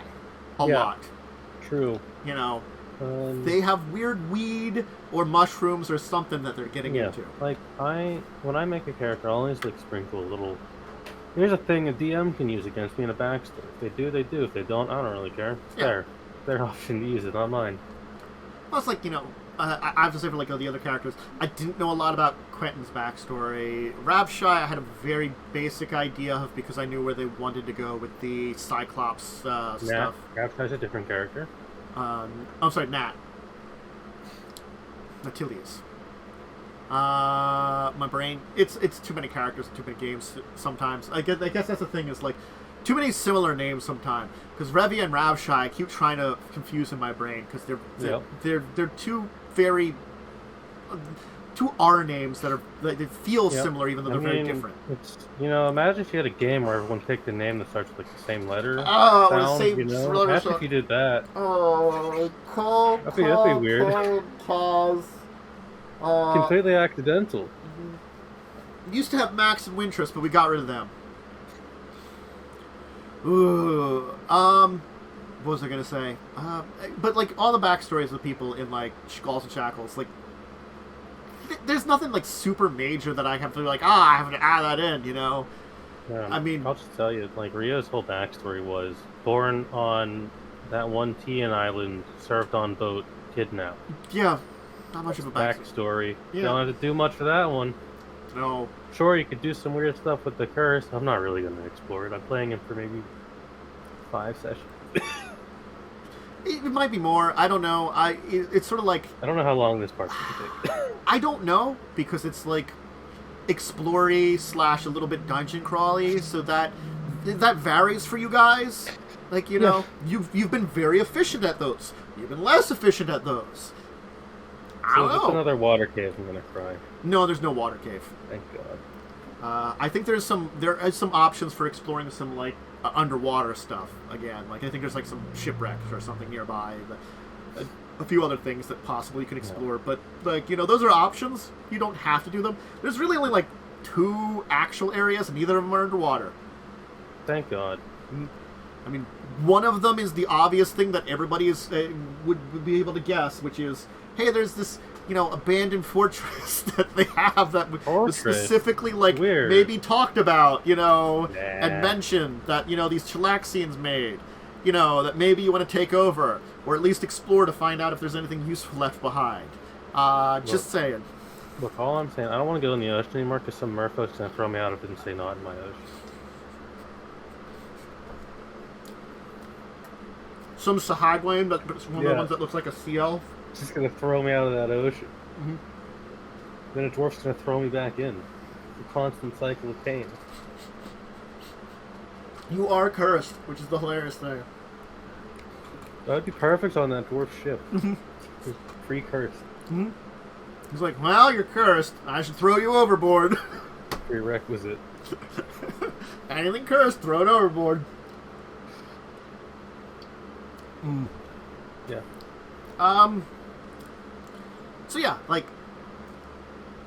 you just, there's a lot of stuff to keep in mind when you're both building a character, when you're both playing a character. It's not. I'm not saying don't have fun with it, don't just play it. It's just like, watch yourself a little bit. It's sort of like, it's self-control. It's sort of the same thing of like, we all have a general idea usually, like, and sometimes you have to figure out where those lines are, but everybody kind of has a line where they play with topics and stuff. Like, I can bring up very dark topics. I'm not going to go into details about them. I brought up a pretty, like, dark and crazy topic of, like, lady that was basically, like, killing people and then sealing them in a bottle right at the time of their deaths, which was kind of horrible. I was kind of fine with it. But the concept is a pretty, like, terrible concept of, like, you're... Oh, yeah, that's, like, actually horrific, but, Rio was fine with maybe doing it again with someone else. There's some people that, like, you'd be very upset with. That were not nice people. And so it's like, the idea, the concept behind it for the characters certainly, aren't that bad in comparison. God damn it. I was hoping that's not too bad. I pulled my back a little bit earlier today, and it's just like, I had like a little sharp pang that came up. That's not good. Yeah, it wasn't like too bad, but I'm like, just like sitting here for a bit, just seems like my position currently has not been good. I don't know. It's the usual, our bodies fall apart and then turn against us and stab us. True. We're all old. Yeah. You're never getting away from that. Anyway, I think that hits this part of the entire topic. I think the next week we will talk about, like, then comparing player versus GM. Because it's the whisper up the lane of things that you may know. And we kind of hit a little bit of it, but there's really some depths there when it comes to you as a GM versus you as a player. So, are we gaming? Yeah, we had gamings. I don't think we had a Saturday because... No, I don't do anything on Saturday anymore. We did have... Did we have Sunday? We did. We had Sunday. Someone talked to some family. Oh, it was family discussion. Had a family chat about things. Some few people got told stuff by a ghost. You had a lovely time. And then you got a big fat lord dump. Just start asking the ghost questions. Because honestly, like, my character's like the one that would start thinking about this, and I'm like, God damn it, ghost. No. Why are you here, ghost? Why the fuck are you really here? It turns out, she kind of maybe wants to try to fix things that are horrible. I mean, when they basically created horrible, like, time problems or some shit like that. Yeah, there's multiple timelines that happen. There's some issues she wants to fix, and I'm like, like potentially fix. I don't know. Look, I feel like that was my character trying to wrap my brain around it with asking a bunch of questions, but not successfully wrapping my brain around it because I'm just like, I don't know what you want, or like, a little above your pay grade. A little. My character's like, how do time work? How do weird time what? Confusion? Yeah, basically, like, and this is a dumb side plot that's probably never going to get resolved in any game. Basically, like, you guys are going to go to Magic College and remake a sword, potentially use sword to kill Cyber Lich, and then that sword's going to get sent back in time. Amusingly, it's the sword that Cell found in a different game. And bullying, so. Neat. Yeah, that game's almost over. We'd have Tuesday too. Oh yeah, we did have Tuesday. We assembled the Star Wars Avengers. You talked to Bendu, who I didn't remember shit about from Rebels, so I had to make so much of. And I'm pretty sure the character's completely wrong. I don't care. You talked to him. You learned some stuff. Someone got the canonical power to sever force. And you basically are assembling allies. You went and talked to the Empire man. And then you had a little meeting between Empire and Rebels. And eventually, thanks to many good checks, an agreement was reached. Because I will tell you, there was a chance, if you had rolled badly, that you would not have a big Rebel fleet, you would just have Reb's fleet. But thankfully, no one rolled below 10. And then on the super hard checks, you guys rolled like 25s, so... Yeah, like, the low checks I was, like, failing some of, and then we're like, let's do some strategy to make this better, and it worked well to be, like, you know, smart moves. But yeah, you're gonna go blow up a Superstar Destroyer or something. Yep. You made, like, the weird... You weirdly made a very Star Wars plan of, instead of just directly assaulting, you're gonna go board a super weapon and then use it to shoot the other super weapon and then board the other super weapon so it can't escape. It does feel like a very Star Wars plan. You're not wrong. We did come up with the weirdest Star Wars plan we could. Look, it's fine. We Star Wars'd it. It's acceptable. Yeah, you're gonna go do stuff in, honestly, you're gonna go invade a super dreadnought, which is probably gonna take multiple sessions. Yeah. Then having it broken up into some mini dungeons. You know, we made the plan that takes a little while, but I think like it'll be like a very satisfying end plan because we'll be like, you know, we'll do this like big adventuring thing, and the ending was originally going to be a little bit different, where you would just go on to Korriban and then go deal with it there. But Lightning raised the point in game of why don't we just shoot the planet? I'm like, yeah, why wouldn't you just shoot the planet? And then also I saw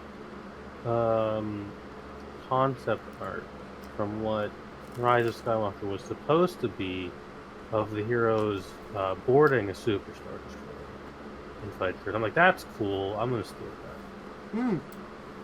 So you're saying that movie had concept art with some kind of idea that was better than what they did? Yeah, there was actually a whole script that was a lot better. But no, they had to bring Palp back. They had to bring good old Palp back. Good old Palpy. Yeah, that's Star Wars. I don't know when that game's gonna. That's kind of on you guys. I figure it's just gonna be like once we complete this area. There's this assaulting her fleet, boarding the dreadnought, and then maybe 1 or 2 epilogue sessions, depending on how much epilogue stuff we pick up. I don't know. That's a good question. I could see some. I could see us also just kind of like playing it a little less simple. You know, we'll see. Depends what people want to do. You know. That was that game. Yep. We did have Wednesday. Yeah, we did. Yeah. You had an adventure getting this nice information about these shipwrecks in a bottle. Turns out it was a quasi witch sorcerer lady, technically, who got weird powers from kind of horrible dead god, and and an artifact, and used them to do some things, which we talked about, of like, encasing people in a shipwreck for all time. That's fine. Because then you could use said artifact to wander into those shipwrecks and steal stuff. I will say, though, like, one of those bottles would be a really cool display piece, albeit a little fucked up. I mean, you've got half a dozen of them or something. Yeah, we're just gonna put them in the uncle's office. It's like right behind the desk, next to the killer fish. Next to the killer fish and the bird, and then the dwarf trapdoor that exists in there. I'm just gonna have the dwarf enter places. You don't even know where the trapdoor is. He just shows up. He just has a magic item that lets him dimension door through walls. I'm pretty sure he just does that. It's just he can become incorporeal for one wall, like a number of times per day. Do that. so he just wanders around places. He's very, very bored. He has nothing better to do with his time. No, he doesn't. He just like sits there, drinks, and says stuff to people. I like the idea that Yakul's like, can he stop that? He actually addressed it. He's got wood shape. Yeah, he can use magic to shape holes in the ship. No, and you got some kind of weird lantern. That's fine. And next time you can get a nice spyglass, which I already. I'm really afraid of this lantern for some reason. I mean, it's. Will I ever use it? Probably not. It's got like. I'll forget I have it. It's got like a fragment of a dead god's power in it, but. Yeah, but like that's not that weird for Pathfinder. It really isn't. Like, there's probably like 10 of those items somewhere. Oh, there probably is, and probably like a dead god corpse somewhere. Yeah, I mean, it's like it's not its actual corpse, just like a fragment of its power crystallized. Lantern with a fragment of dead god. That's just every Tuesday. I mean, that does sound like a very Pathfinder statement. Fragment of the dead god's power. That's every Tuesday. Yeah, we've dealt with that before. Find something new, adventurer. Yeah. So I mean, like, I understand their hesitance, but it is like, again, it's one of those things about like that's a thing that probably exists in more than one location, unfortunately. Yeah, there's probably more of these. Mm-hmm. So yeah. Yep. We didn't have Thursday. Nope. It's going to be a big old story beat, so we were missing someone, so I was like... Hopefully, we will have it this week. I might just do it still, because honestly, it's like... It's basically me, like, going, like, press button, activate endgame. Yeah.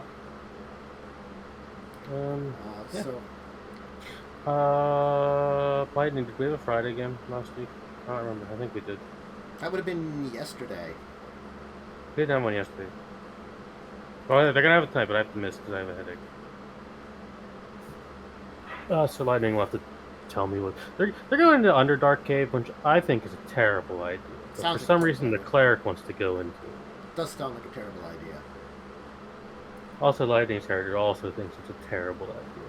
Man, every time I think of like Friday, I was thinking of like Thursday. For whatever reason, I felt like Thursday was Friday, and so I was like sitting there and I'm like, tomorrow's discussing tabletop and like this that's going on, and I kept being like, oh wait, no, it's Thursday and tomorrow's Friday. I mean, I'm skipping like an entire day. Like last week, I forgot the day Saturday existed. It was like, oh hey, on Friday it's like, oh hey, yeah, tomorrow's a run again. No, I don't. That's 2 days from the idiot.